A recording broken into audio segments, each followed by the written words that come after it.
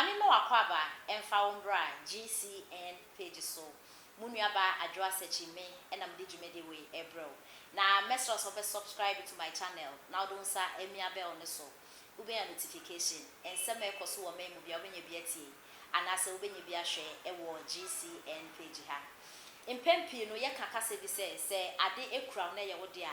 uhu so hwe anase uhu so emfa so. Chi se obi a ogina echi eno be wisa ade ekura no eso ewo emfa so. Na ade nti ameka say na ne se eye Nigeria for na omo praise eye his excellency na na do danko ekufuado omo abonaba so papa omo aka ensempa ede afa no na ensema Nigeria for eka efa his excellency no na ne se na na do obi na na okasa nyansa seme nko a na fe nso obeye president eye Ghanaian economy no grow very fast anya sem ketu akura chese Africa hanom ye ka country a eye omo di omo ho a chese bibie ekoye ya yentumi enyi Ghana enfima omo chese senanado wakwa akoda ewo program asikura mane ye fa his excellency nanado lanko ekufuado en compare omo Nigeria president eye Buhari no because Buhari na onda no kra no yehu ade papa bia omo hu ade papa bia oye ede ema Nigeria for nti ensemwe na Nigeria for ede atudwa na adofo de nti Nigeria for e ka say na ne say eye his excellency nanado danko ekufuado Ghana ye man pani eko meeting eye African Finance Summit meeting ase na chese mpenfo omo edwendwen oman ne kanko na ne yiyo ho neno na his excellency na adodan kwa kufuado entumi enkura nani a chese enukume de enimareho enimosu enimosre na his excellency edai na adodan kase wanyi na fe nso obre no nso edoso na adodai na Nigeria blog bi a o Instagram o fe no insta blog Naija ede ekoto ni Instagram page meaning se no person osre his excellency and assess no person ye den yentumi enche na odisa picture no ekoto wo no na Nigeria fon so eso mu no mo se hey bra papa ya all day wenyi o was 77 entina de ntina esa odene beto ha ado person ye sra na yen kra yen ye president no kra na ye kwa asori na so mo be preach ya ye da because enukum de ba eni bibia wa bre na aba no nko ade o ye den wo betonko entina na nado edozi kakra na chese amafo nti ase o post neno na Nigeria for ama comment say even anado na order no kra no bre na wa bring na order but when it comes to say anado kasa nyansa wo how anado esi ebu o man no chese oye openi bia no ho e won faso pa enti mana ye nsore no na yenti ensema Nigeria for no bi kan wa bra omo blogger no post his excellency anado danko ekufuado ewo ni Instagram page ewa bra order ewo African Finance Summit na se we make we get sense and I oche say the man sleeping shouldn't be compared to our Niger president because if he opens mouth and talk you will see wisdom and now when so eche say chuku and I oche say he is sleeping and functional but our own is awake and non-functional na chese we no chese na nado no order no kwa na chese ojane na nso Buhari no onda no kwa no wagu fem na we nso his royal and o chese he slept for only few seconds and you people are laughing. Buhari has been sleeping since 2015 ya semo na we nso o chese he is human too. At least Ghana is functioning unlike Nigeria and we nso chese this only shows he's human. And when so say at least he dozed off because he's been working. What do we say of our own that dozed off permanently? Okay. And when so say normally we don't supposed to be laughing this. We don't supposed to be laughing. This man is 77 years. At least get your retirement. While we were in school, we used to sleep in class. True or false? And I went so say how okay and I went so say their job no easy but African leaders like sleep and I went so say uncle is stressed out okay into and some way and Nigeria for no kind bra blogger no post on Instagram page I just said to me and I'm doing the way Saturdays bia na Sami Jamfin so I know akwa na YouTube also ye bibia ye fe moment of truth. Sami Jamfin YouTube no kwatna on ni oyo si moment of truth no. Sami Jamfin won sem papa bia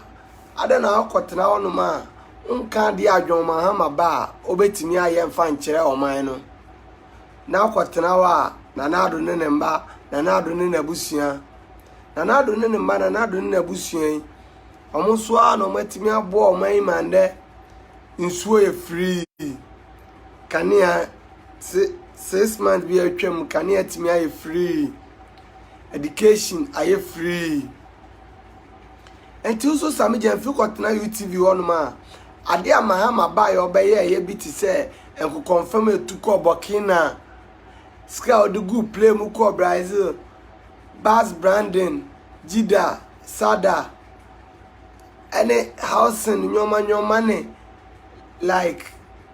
on my box site or the man ni Ibrahim ama what's the moment of truth now ye ni tuba no be kasa no kura ni nyina kire o man say oh eye John Mahama so bass no ono so be ye say na bet na YouTube a yeah, papa despite they would 10 years for YouTube work on chow one CD crowd, one baggy sika. And in your Sami Jamfin got na YouTube no any dear. And no a ball of goose. And no and twaba and a yadia, your mamma no obi wagana how about twaba dama John Mahama. Because obianim John Mahama and a track record. Obianim John Mahama and a record ever Ghana. John Mahama record ever Ghana hanum na tisa Manchester United and we need 3 to aso. Or we need 2 na so an a draw. Chum 10 Obama light off. We yet then could confirm to Burkina and so na share na Dubai. Kaneshi interchange a daso. Planting for food a daso. 1 district 1 factory a daso. Ambulance constituency bia obia gene ambulance fe umpewe na opeden yasa koto abama John Mahama na den yeni modi aye nhwa topan bodam fa bodam kura no san yale anye den akakro do be hunu an mmade bi wo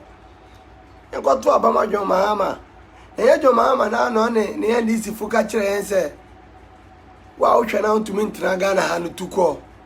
That's a nyamia dom na se yetuma to aba makufu ado na se yentuma ntu amfiri Ghana ha de a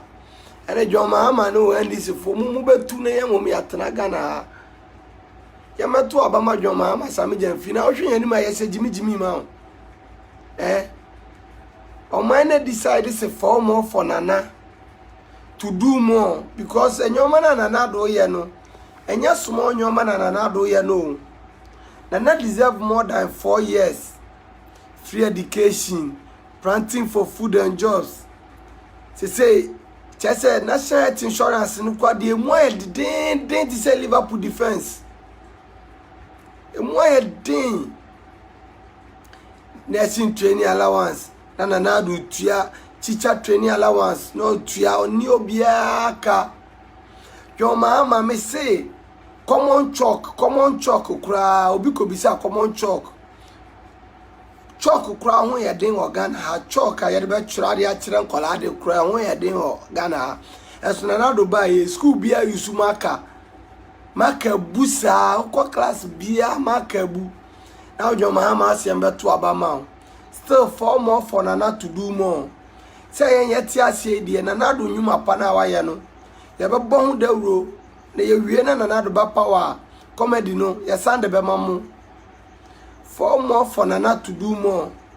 John Mahama dear, ukotu abama John Mahama say, Obi onu akasa ya president kwana sa oman kan ye ndunduma na ne ho kra yira still 4 more for Nana to do more. Hwe. E man e ton ade wa kwa menkroma circle kan shi kaneshi agbogro shi omo nyina asem kan cha Nana do say Nana do fidi say oba ye abaye ni bia mefo bia nwoma da waja obia mo bia ton na de na no mo siju no na o mo se form o wate na mo mokoto aba ne dia aya na nado na da soro honum no number 1 unim sa de papa bia na da first Yesu Kristo number 1 ono ana wo soro ho oto aba number 1 menhwe be bia because nyoma e wasie ho nyina ye bola goose number 2 no kura de nye me say so pe free education mia 1 so pe dum so a mia 2 so pe corruption mia 2 so pe one district one factory mia 1 me say oto aba no mananado crown po na automatically no nyankopon the 60 years asen kan mfia